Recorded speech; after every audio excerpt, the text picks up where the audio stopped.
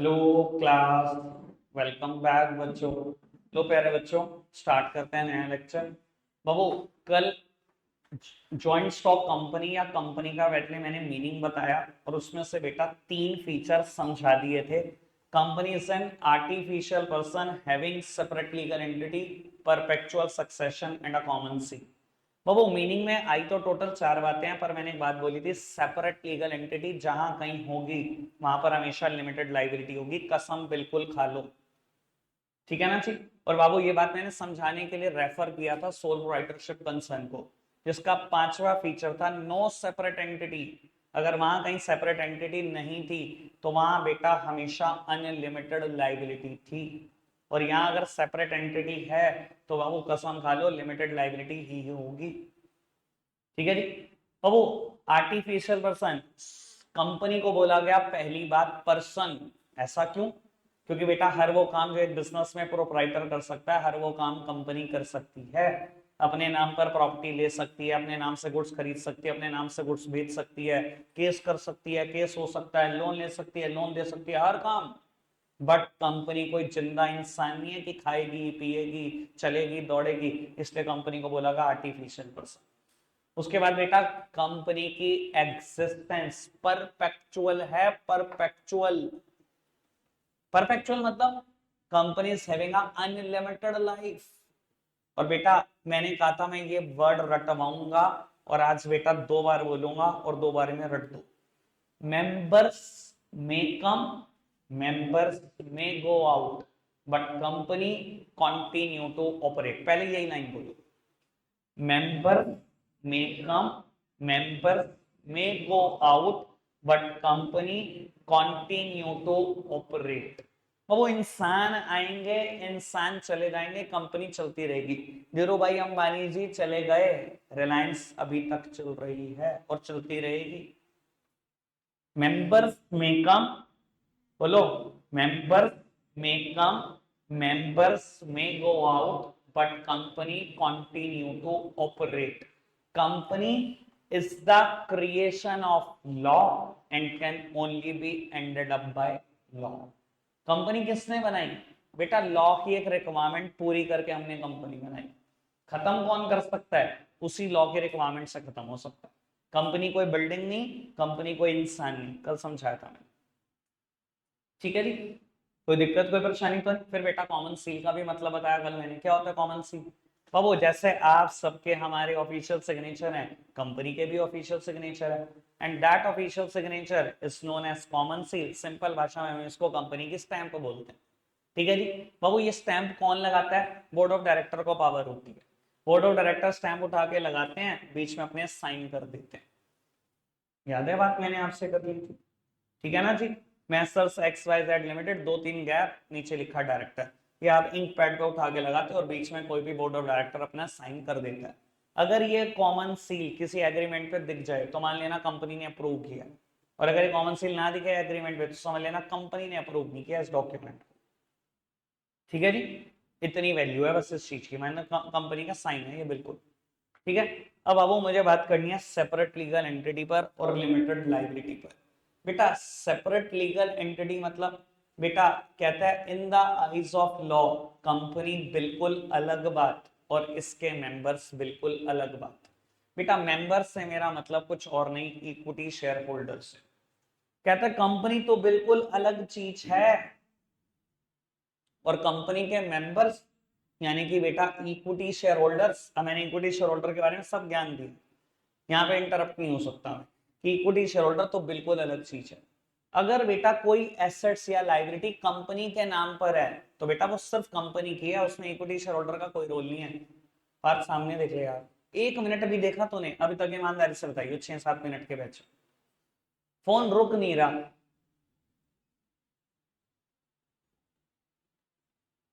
बाबू कहता है कंपनी तो बिल्कुल अलग बात और तेरे मेंबर्स यानी कि इक्विटी शेयर होल्डर अलग बात। अगर कोई एसेट्स या लाइबिलिटी कंपनी के नाम पर है तो शेयर होल्डर कभी नहीं उसको बता सकते कि मेरी है। और अगर बेटा कोई एसेट्स या लाइबिलिटी बेटा सब शेयर होल्डर की है तो कंपनी ये नहीं कह सकती कि मेरी एसेट्स है या मेरी लाइबिलिटी है वो। बाबू आप दोनों लॉ की नजर में बिल्कुल अलग एंटिटी हो। अलग अलग लोग हो। समझ में आती है बात?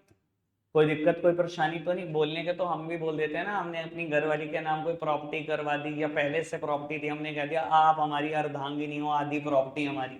बोल लो, कानून की नजर में वो एक अलग एंटिटी है, आप एक अलग हो, उसकी एसेट सिर्फ उसकी हैं, आपकी कभी आधी नहीं हुई कानून के हिसाब से। बोलने के लिए जो मर्जी बोलते रहो आप। क्लियर है बात? मेरे तो हाल ही में एक ऐसा बड़ा खतरनाक सा किस्सा आया बाबू। एक हस्बैंड ने अपनी वाइफ के नाम पर एक प्रॉपर्टी करा दी, 3-4 करोड़ रुपए की देहरादून में। ठीक है जी। लेटर ऑन झगड़े इतने बढ़ गए कि बात डाइवोर्स तक पहुंच गई। अब वो मिन्नतें कर रहे हैं जा जाके कि वो प्रॉपर्टी तो हमारे नाम कर दोगे। तो कौन सी प्रॉपर्टी है? तो मैंने खुद खरीदी थी, कर ले जो करता है। तो समझ रहे हो कहानी क्या है? सर आप जितना मर्जी अर्धांगिनी बोलते रहो, ये प्रॉपर्टी आधी नहीं हो सकती। कानून की नजर में आप अलग अलग एंटिटी हो, जिसके नाम जो प्रॉपर्टी हो वो उसी की रहेगी। कंपनी के नाम है तो कंपनी की रहेगी, शेयर होल्डर कभी अपनी नहीं बता सकते। ठीक है जी। आगे बढ़ाएं बात को। बाबू अगर कहीं पर सेपरेट लीगल एंटिटी है, कसम खा लो बेटा, वहां पर हमेशा क्या होगी? लिमिटेड लाइबिलिटी ही होगी बेटा। लिमिटेड लाइबिलिटी, अब याद आई होगी बात, सोल प्रोप्राइटरशिप में बड़ा अनलिमिटेड लाइबिलिटी, पार्टनरशिप में बड़ा अनलिमिटेड लाइबिलिटी। मतलब अगर बिजनेस एसेट्स बिजनेस लाइबिलिटी को पूरा नहीं चुकता पाई तो पर्सनल एसेट्स बिक जाती हैं वहां पर। सर यहाँ कभी ऐसा होता ही कभी भी नहीं होता, समझाता हूं बेटा। आपकी कोई company 1 lakh equity share issue कर रही है एट द रेट 10 ईच, 10 रुपए का एक। ठीक है, यानी कि कंपनी टोटल 1 लाख रुपए के शेयर, सॉरी 1 लाख शेयर 10 रुपए वाले 10 लाख रुपए ले सकती है। मान लो आप ही सब मेंबर्स बनने को तैयार हो, आप ही सब इक्विटी शेयर खरीदने को तैयार हो, 1 लाख शेयर 10 रुपए वाले। मैंने आपको समझाया कि मुझे अभी सारे पैसों की जरूरत नहीं है, मुझे अभी 5 ही लाख चाहिए। ठीक है, मैंने कहा एक काम करो, आप सब ना 1 लाख शेयर पे मुझे 5 रुपए दे दो बस। आपने कहा जी ठीक है, 5 दे दो। बेटा मैंने आपसे 5-5 रुपए ले लिए 1 लाख शेयर पे, 5 लाख बिजनेस में इन्वेस्ट करके धंधा करता रहा अपना। ठीक है, और बेटा इन फ्यूचर मैंने बोल दिया कि जब मुझे जरूरत पड़ेगी मैं बचे हुए 5 लाख ले लूंगा। आज बेटा कंपनी के ऊपर कर्जा चढ़ गया 20 लाख का, क्या बेटा मैं आपको कह सकता हूं अपना घर बार बेचकर 20 लाख दे दो? नहीं बेटा।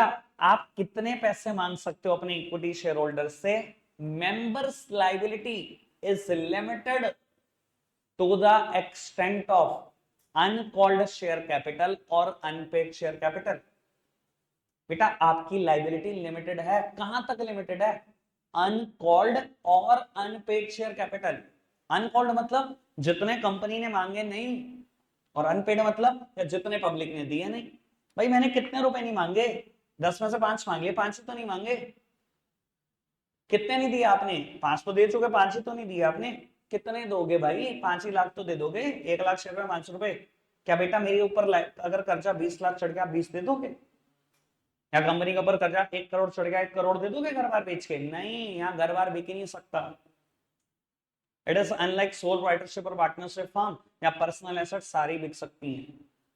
In case of company, members liability is limited to the extent of, ये वर्ड याद रखना, to the extent of uncalled और unpaid share capital। मेंबर की लाइबिलिटी लिमिटेड है, कितनी रह सकती है? अनकॉल्ड या अनपेड शेयर कैपिटल। जितने मांगे नहीं है, जितने मिले नहीं, बस इससे ज्यादा कुछ नहीं मांग सकते। जितना मर्जी कर्जा चढ़ता रहे, कंपनी अपने आप देखे दिवालिया घोषित करे, कोई नहीं देगा अपने घर से, कोई शेयर होल्डर नहीं देगा। समझ आएगा? कोई दिक्कत कोई परेशानी तो नहीं? आगे बढ़ जाए बाबू। 5 फीचर मैंने करा दिए आज बेटा, पूरी कोशिश है लिमिटेशन तक खत्म करने की। फीचर आर्टिफिशियल पर्सन करा दिया, सेपरेट लीगल एंटिटी करा दिया, फॉर्मेशन में मैं एक बात बोलूंगा, परपेचुअल सक्सेशन करा दिया। पहले फॉर्मेशन में ही बात बोल देता हूं, इधर देखना बेटा। जब तक हमने सोल प्रोप्राइटर या पार्टनरशिप में ये फीचर पढ़ा है फॉर्मेशन, वहां पता क्या बोला है? There is ease of formation and closure of business. Sole proprietorship का फॉर्मेशन बहुत आसान था, कुछ भी लीगल फॉर्मेलिटी नहीं है। पार्टनरशिप का भी आसान था, बस एक फॉर्मेलिटी है, पार्टनरशिप डीड बना लो। पर बेटा यहाँ ना बात बोल देना, यहाँ फॉर्मेशन में 3 वर्ड रटने हैं, पता नहीं याद आता है कि नहीं, मैंने तो पहले ही बोला था। कंपनी का formation is a complicated task, is a time consuming task, is a expensive task. याद नहीं आता तुम्हें, मैंने तो पहले भी ऐसे ही याद करे थे, किताब कभी खोली नहीं आज तक घर जाकर। और वो कंपनी का formation is a complicated task, इधर देखना। आपको क्या लगता है कोई भी लेमैन बना सकता है कंपनी? देखो पार्टनरशिप के लिए मैं एग्री हूं, कोई भी बना सकता है सर। पहली बात तो वैसे पार्टनरशिप ही मुश्किल है, पर फिर भी मैं कहता हूँ कोई बना सकता है। आज की तारीख में गूगल पे कॉपी करेंगे पार्टनरशिप डीड डालेंगे अपने नाम नो, बन गई पार्टनरशिप। इतनी मुश्किल चीज नहीं है। कंपनी बेटा गूगल से कॉपी नहीं होगी। कंपनी का फॉर्मेशन सच में बड़ा कॉम्प्लिकेटेड टास्क है, और वो क्यों कॉम्प्लिकेटेड है मैं सिर्फ अगले ही 2 मिनट के बाद बता दूंगा। दूसरी बात सर, कंपनी का फॉर्मेशन एक्सपेंसिव टास्क है। बेटा एक पब्लिक लिमिटेड कंपनी बनानी हो तो 2-2 लाख रुपए कोट करते हैं हम अपने ऑफिस में, 2-2 लाख रुपए। पार्टनरशिप तो 2,500-3,000 का मुद्दा है, 2 लाख रुपए मांगते हैं कंपनी के। Expensive task, time consuming task, 6-6 महीने मांगते हैं, 6 महीने कंपनी को बनाने के लिए। तो बेटा कंपनी का फॉर्मेशन कॉम्प्लिकेटेड है, कंपनी का फॉर्मेशन टाइम कंज्यूमिंग है, कंपनी का फॉर्मेशन एक्सपेंसिव है। समझ में आते हैं तीनों वर्ड? आगे बढ़ाओ उसी बात को। बेटा फिफ्थ हेडिंग इज कंट्रोल। मुझे बता दो, कल मैंने समझाया था सब कुछ। बेटा कौन कंट्रोल करता है कंपनी को, किसकी होती है डिसीजन मेकिंग? बेटा day to day decision making सारी बोर्ड ऑफ डायरेक्टर करते हैं। इवन 90% कंपनी में decision making board of director अकेले कर लेते हैं बिना किसी के पूछे। But they are directly accountable to the share holders. अगर वो कुछ भी गलत करेंगे शेयर होल्डर अपनी मीटिंग में बुला सकते हैं, क्योंकि बेटा आफ्टर ऑल बने तो शेयर होल्डर में से ही बोर्ड ऑफ डायरेक्टर हो। ठीक है जी, आगे बढ़ाते हैं बेटा बात को। उसके बाद सिक्स हेडिंग लाइबिलिटी डन, मैं करा चुका हूं बेटा, लिमिटेड लाइबिलिटी होती है बाबू। उसके बाद सेवेंथ हेडिंग कॉमन सील मैं करा चुका हूं बेटा, ऑफिशियल स्टैम्प, ऑफिशियल सिग्नेचर। बेटा रिस्क बियरिंग, बस मुझे बता दो कंपनी में रिस्क कौन बियर करता है? डिविडेंड मिलने का नंबर आया तो आखिरी, प्रिंसिपल मिलने का नंबर आया तो आखिरी, कंपनी ने कमाए और तब भी देना नहीं चाहते आप इक्विटी शेयर होल्डर को, तो भी कुछ नहीं कर सकते। सारा का सारा रिस्क बियर ऑनर सी करते हैं बेटा, that simply means equity share holders. ठीक है जी। अगर मैं वो कहानी ना बताऊं जो मैंने उस दिन 2 दिन लगाकर कराई है बेटा, मुझे नहीं लगता बेटा कोई कंपनी पढ़ा सकता है। पता नहीं भाई स्कूल वाले कैसे पढ़ाते हैं। ना बच्चों को इक्विटी शेयर होल्डर बताते हैं, ना प्रेफरेंस शेयर होल्डर, ना डिवेंचर। सीधा शुरू कर भाई, कंपनी का मीनिंग बता पहले दिन। ठीक है जी। आप ही हो कल्प्रिट, सारी वजह आप ही हो, जो सर हिलाते रहते हो ना। सीधा बोलो, नहीं आ रहा समझ। आप कल्प्रिट हो मेरे घर में सबसे बड़े। हाँ करते रहोगे स्कूल में जी, सब समझ आ गया जी, हम तो टॉपर, हमें ही आता सब। इधर देखना चाहिए बाबू, सारे फीचर डन है। मेरिट की बात करते हैं। पहली मेरिट लिखी है लिमिटेड लाइबिलिटी, ऑलरेडी डन बाबू। सेकंड लिखे है ट्रांसफर ऑफ इंटरेस्ट, बड़े काम की बात बाबू। यहां इंटरेस्ट से मतलब फाइनेंशियल इंटरेस्ट से है। सर क्या आपका फाइनेंशियल इंटरेस्ट ट्रांसफर हो सकता है? बेटा विद इन अ सेकेंड बाबू। आप किसी कंपनी में लेट्स सपोज रिलायंस में 1 लाख रुपए के शेयर होल्ड कर बैठे हो, और बेटा आपको इमरजेंसी उस 1 लाख रुपए की जरूरत है। सर ऑनलाइन जाओ, एक ट्रांजैक्शन डालो, सिंगल सेकंड में रिलायंस के शेयर बिक जाएंगे, सिंगल सेकंड में। और बाबू मैं आपको बता देता हूं, 12th क्लास में सब चीजें मैं लाइव करके दिखाता हूं। सेकंड बहुत बड़ी बात है, बहुत बड़ी बात शेयर मार्केट के लिए। सेकंड बहुत बड़ी बात है। पलक झपकेगी नहीं, शेयर बिक चुके होंगे, बाय करने हैं शेयर, बाय हो चुके होंगे। मेरे को 1 लाख रुपए की जरूरत थी, मेरे पास 1 लाख के रिलायंस के शेयर थे, मैंने पलक झपकते ही बेटा शेयर बेच दिए। क्या मेरा फाइनेंशियल इंटरेस्ट रिलायंस में से ट्रांसफर हो गया? बिल्कुल हो गया। और मैं चाहता हूं किसी और कंपनी में इन्वेस्ट करना, अभी मैंने यूनियन बैंक के शेयर खरीद दिए 1 लाख के, हो गया मेरा इंटरेस्ट ट्रांसफर। सर कंपनी में लोगों का इसलिए भी रुझान ज्यादा होता है कि कंपनी में ना उनके पैसे ब्लॉक नहीं होते। जब चाहे पैसे निकाल ले कंपनी से बाहर, जब चाहे कंपनी में इन्वेस्ट कर दे दूसरी। बेटा इतना आसान पार्टनरशिप फर्म से निकलना होता है? मेरे 3 दोस्तों ने मिलकर एक पार्टनरशिप फर्म बनाई, मुझे भी ऑफर दिया कि तू भी आ जा, मैंने भी 1 लाख इन्वेस्ट कर दिया। आज मेरा मूड नहीं है, मेरा मैं निकलना चाहता हूँ उससे बाहर, निकलने देंगे तीनों दोस्त मेरे? इतना आसान है वहां से इंटरेस्ट ट्रांसफर करना? सर पार्टनरशिप से निकलना इतना आसान नहीं है, ना दोस्त यारी में निकला जाने का, ना वो निकलने देने के। कंपनी में सर बहुत आसान है, ऑनलाइन जाके एक ऑर्डर ही डालना है, सीधा शेयर बिक जाएंगे। तो बाबू कंपनी में आपका financial interest with in second transfer हो सकता है, बस ये चीज कंपनी और ये चीज पार्टनरशिप में या सोल राइटरशिप में नहीं हो सकती, इतनी जल्दी नहीं हो सकती। क्लियर है बात? ओके बाबू। थर्ड, मेरिट की बात करें, परपेचुअल एग्जिस्टेंस करा चुका हूं, मेंबर्स में come, members may go out, company continue to operate, company is the creation of law and can only be ended up by law. बाबू fourth heading is scope for expansion. बेटा ये company ही है जो बेटा expand हो पाती हैं, जिनके पास बेटा एक्सपेंशन का स्कोप हमेशा। सर पार्टनरशिप और सोल राइटरशिप के पास नहीं होता भाई। एक सोल प्रोपराइटर 5 करोड़ 7 करोड़ की सेविंग रखता होगा, बहुत ज्यादा भी रखता होगा तो 5 7 10 करोड़ का लोन ले लेगा, क्या ऑल ओवर इंडिया धंधा चला सकता है 14 15 करोड़ से? अरे यार बेटा कंपनी के पास पैसों की कमी नहीं होती, दैट्स वाई बेटा कंपनी के पास ही एक्सपेंशन का स्कोप होता है। ऑल ओवर इंडिया पहुंच जाते हैं या बेटा मल्टीनेशनल ब्रांड बन जाते हैं, दूसरे देशों में पहुंच जाते हैं। एक ऐसे सोल राइटर का नाम बताओ बेटा जो मल्टीनेशनल ब्रांड बना। है ही नहीं, है ही नहीं, सोच क्या रहे हो? एक भी नहीं है, कोई ब्रांड ही नहीं है ऐसा जो सोल राइटरशिप में मल्टीनेशनल बन गया हो।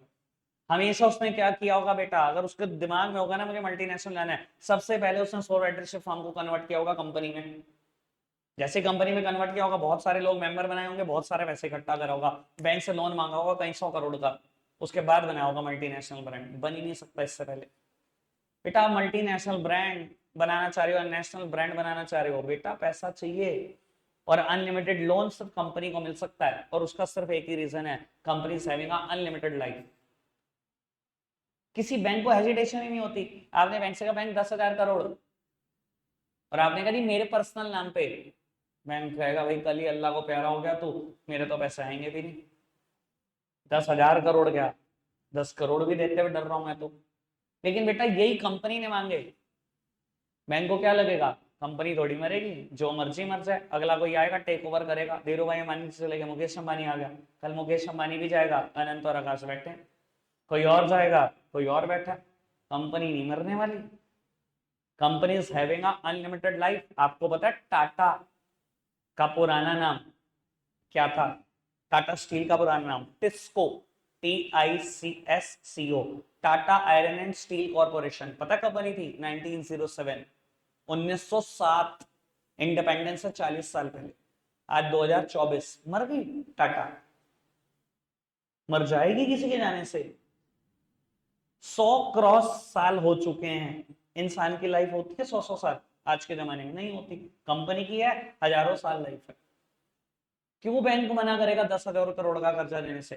क्योंकि बैंक को पता है पैसे आएंगे ही आएंगे। बेटा इसी वजह से कंपनी में एक्सपेंशन का स्कोप सबसे ज्यादा होता है, पैसे बहुत होते हैं ना। क्लियर है बात? बेटा लास्ट मेरिट प्रोफेशनल मैनेजमेंट। याद करो सोल प्रोवाइडरशिप की last limitation, lack of managerial sorry limited managerial skills. वहां क्या पढ़ते थे हम? सोल प्रोपराइटर एक बिजनेस में एन नंबर ऑफ फंक्शन होते हैं, purchase, production, sales, marketing, accounting, inventory control, क्या क्या मैनेज कर लेगा? ना तो खुद हर काम में एक्सपर्ट है, ना ही एक्सपर्ट को पे करने के तेरे पास पैसे हैं। तो सोल राइटर का मैनेजमेंट बस लिमिटेड सा होता है। सर कंपनी प्रोफेशनली मैनेज, वहां पर भी बोला था बेटा कंपनी में हर काम को करने के लिए प्रोफेशनल नहीं, प्रोफेशनल्स। रिलायंस के पास 200 सी हैं सिर्फ एक फंक्शन मैनेज करने के लिए, फाइनेंस। कितनी सैलरी निकाल रहा है? 200 चार्टर्ड अकाउंटेंट की सैलरी सिर्फ एक फाइनेंस के लिए। पता नहीं कितने परचेस मैनेजर, कितने सेल्स मैनेजर, कितने मार्केटिंग मैनेजर। सर रिलायंस के पास अगर मैं सिर्फ एमबीएस की बात करूं तो बेटा 1000 क्रॉस एमबीएस हैं, 1000 से क्रॉस एमबीए क्वालिफाइड पर्सोनल। सोचो तो सही कितनी सैलरी देने की कैपेसिटी है। कंपनी के पास पैसों की कोई कमी नहीं है, इसलिए कंपनी सबसे एम्बिशियस, सबसे टैलेंटेड एम्प्लॉय रिटेन कर पाती है। जब उनके पास सबसे टैलेंटेड पर्सोनल रहेंगे तो सर वो टैलेंट दिखाई भी देगा मैनेजमेंट में। Company is professionally managed. समझ में आती है बात? कोई दिक्कत कोई परेशानी तो नहीं? सर मैंने सारी मेरिट्स कवर कर दी, लिमिटेशन शुरू कर देते हैं। मैंने बेटा अभी एक बात बोली थी कि मैं बताऊंगा जरूर। कंपनी के फॉर्मेशन में 3 वर्ड बोले थे, कॉम्प्लिकेटेड, एक्सपेंसिव, टाइम कंज्यूमिंग। मैंने बताया था ना कंपनी का फॉर्मेशन क्यों कॉम्प्लिकेटेड है, मैं बताऊंगा। अब उसका रीजन है ये 4th हेड। फटाफट से सामने देखो, तो वो क्या लिखा हुआ है ना, न्यूमरस रेगुलेशन। बेटा कंपनी को बनाने के लिए ये क्यों बोला जाता है कि कंपनी को बनाना बेटा कोई बच्चों का काम नहीं, कोई लेमैन का काम नहीं, कॉम्प्लिकेटेड काम है। क्यों? बेटा कंपनी के ऊपर एक कानून नहीं लगता ना, कंपनी के ऊपर कानून भी बेटा न्यूमरस लगते हैं। न्यूमरस मतलब number of regulations. Sir company के ऊपर एक कानून लगता है, पुराना कंपनी लॉ, कंपनीज एक्ट 1956। नया लॉ, कंपनीज एक्ट 2013। बाबू एक और अथॉरिटी है, जो जानते हैं उसका जानते हैं, आरओसी बोलते हैं प्यार से, मतलब रजिस्ट्रार ऑफ कंपनी। कंपनी के ऊपर एक कानून लगता है, कंपनी शेयर इशू करती है इसलिए कंपनी के ऊपर कानून लगता है SEBI, security exchange board of India. Company के ऊपर एक और कानून लगता है स्कैरा, सिक्योरिटी कॉन्ट्रैक्ट रेगुलेशन एक्ट। अगर कंपनी के कंपनीज मल्टीपल देशों में ऑपरेशन है, यानी कि बेटा एक मल्टीनेशनल ब्रांड हो, तो आरबीआई भी पिक्चर में आ जाता है। सर इतने सारे डिफरेंट लॉस, इतनी सारी डिफरेंट अथॉरिटीज की रेगुलेशन पूरी करनी पड़ती है। और आपको बता देता हूं इसी वजह से क्या होता है। ये तो बेटा मैंने भी बहुत कम लोग बोले, आपके पास लेबर भी होगी तो लेबर लॉस होंगे कम से कम 10-15 जो आपके ऊपर लग रहे होंगे। इसी वजह से बेटा एक कॉमर्स साइड के प्रोफेशनल बड़े फेमस हैं जिनको बोलते हैं कंपनी सेक्रेटरी, सीएस। आपको पता है बेटा हर कंपनी क्या करती है, जिस दिन कंपनी बनाती है उस दिन अपने पास एक फुल टाइम सीएस अपॉइंट कर लेती है। सीएस का काम पता है क्या होता है? जितने भी लॉस हैं उनकी रिक्वायरमेंट पूरी करके देगा। भाई तू तुझे सैलरी इस बात की मिलेगी। भाई जिसने कंपनी बनाई है, जो प्रमोटर है, वो पढ़ा लिखा हो भी सकता है, नहीं भी तो हो सकता। उसने कहा भाई मुझे नहीं पता कितने सारे लॉ लगते हैं कंपनी के ऊपर, तेरे को मैंने अपॉइंट करा, तू ही सारे लॉ की फॉर्मेलिटी पूरी करेगा। और यकीन मानना एक दिन कंपनी सेक्रेटरी खाली नहीं बैठता, इतने सारे लॉ की इतनी सारी रेगुलेशंस है। कभी आरओ से कह रहा मुझे ये डॉक्यूमेंट चाहिए, कभी आरबीआई कह रहा मुझे ये डॉक्यूमेंट फाइल करो मेरे पास, कभी बेटा कंपनी से 2000 कहता है मेरे पास एनुअल फाइलिंग करो, कोई कहता है मुझे ऑडिट रिपोर्ट दिखाओ। सर कंपनी सेक्रेटरी सारा दिन बिजी है इसी काम में। ठीक है जी, समझ में आता है मैं क्यों बोल रहा था कंपनी को बनाना बच्चों की बात नहीं बेटा, it is a very complicated task. ठीक है, कोई दिक्कत कोई परेशानी तो नहीं, बात समझ में आती है? रख आज के लिए इतना ही रहा, मैंने कुछ लिमिटेशन छोड़ दी कल, और टाइप्स ऑफ कंपनी भी कल। Bye bye.